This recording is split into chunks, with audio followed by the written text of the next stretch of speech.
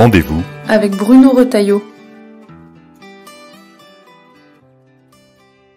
À l'approche de Noël, et parce que ce podcast sera le dernier de l'année 2020, je voudrais revenir avec vous sur cette année qui s'achève.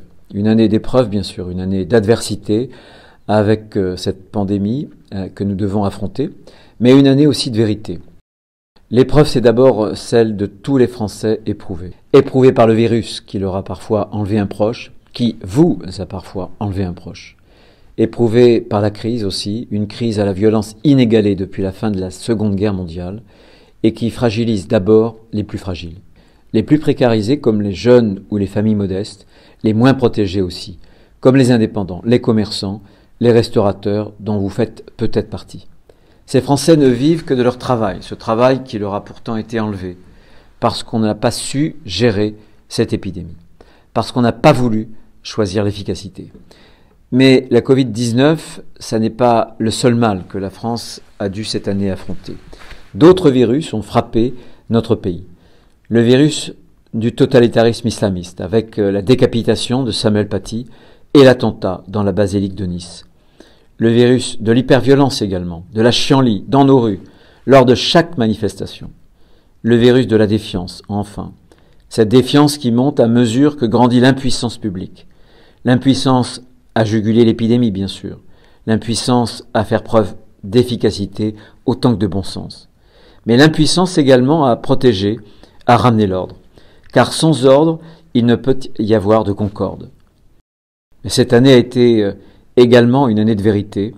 Avec cette crise, le rideau des illusions s'est déchiré. Les illusions étatistes sur la dépense publique. Nous avons les dépenses de santé parmi les plus élevées des pays de l'OCDE. Et pourtant, nous n'avions pas assez de place en réanimation et nos soignants ont dû se tailler des surblouses dans des sacs poubelles. Preuve que la quantité d'argent public n'est pas un gage de qualité. Preuve qu'il faudra refonder entièrement notre État sur des bases nouvelles, plus responsables, plus efficaces, plus justes aussi, car la plus grande faute de l'État, c'est d'avoir abandonné beaucoup de ceux qui le servent, de nos policiers agressés jusqu'à nos enseignants qui gagnent si peu. Mais ces illusions qui sont tombées sont aussi les illusions progressistes.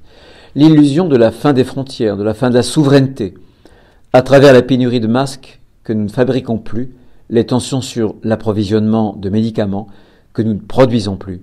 La réalité s'est imposée à tous. Ce que la France ne fait pas pour elle-même, personne ne le fera pour elle. Être souverain, c'est maîtriser son destin.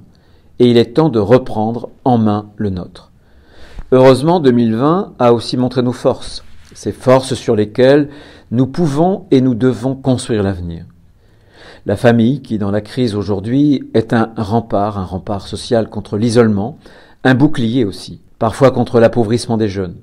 Il faudra renforcer la politique familiale, venir en aide aux familles les plus modestes, créer une grande politique de l'enfance, car nous devons aussi gouverner pour la génération d'après. Nos entreprises aussi, nos agriculteurs, les salariés de la grande distribution ou des transports, toute cette France du travail sans laquelle le pays aurait sombré dès le printemps dernier. Nous avons une dette à l'égard de cette France, une dette que nous devrons payer, d'abord et avant tout par le travail qui doit payer. Parce qu'il y a aujourd'hui trop de Français qui dans leur travail se donnent beaucoup de mal, mais qui, à la fin du mois, reçoivent trop peu. Et puis c'est aussi la force de l'unité, de la fierté française. Malgré les fractures, les divisions, les séparations, cette fierté partagée demeure, à travers tous ces Français, à travers vous, qui croyez encore à nos valeurs, à travers tous nos compatriotes qui servent notre drapeau, nos couleurs, et au moment où nous allons bientôt retrouver les nôtres pour Noël. J'ai une pensée pour tous nos soldats engagés en mission, engagés dans les opérations extérieures. Ils sont notre fierté. Ils nous appellent aussi, par leur exemple, à ne jamais céder à la fatalité. Face à l'adversité, je ne me résigne pas, ni pour mon pays, ni pour nos idées. Les mois qui viennent seront des mois de combat, au service de nos convictions, pour le redressement de la France. Ce combat, je le mènerai avec vous, avec toutes les bonnes volontés. D'ici là, je vous souhaite à tous un très très beau Noël avec les vôtres, pour beaucoup je l'espère. Merci pour votre fidélité et à très bientôt.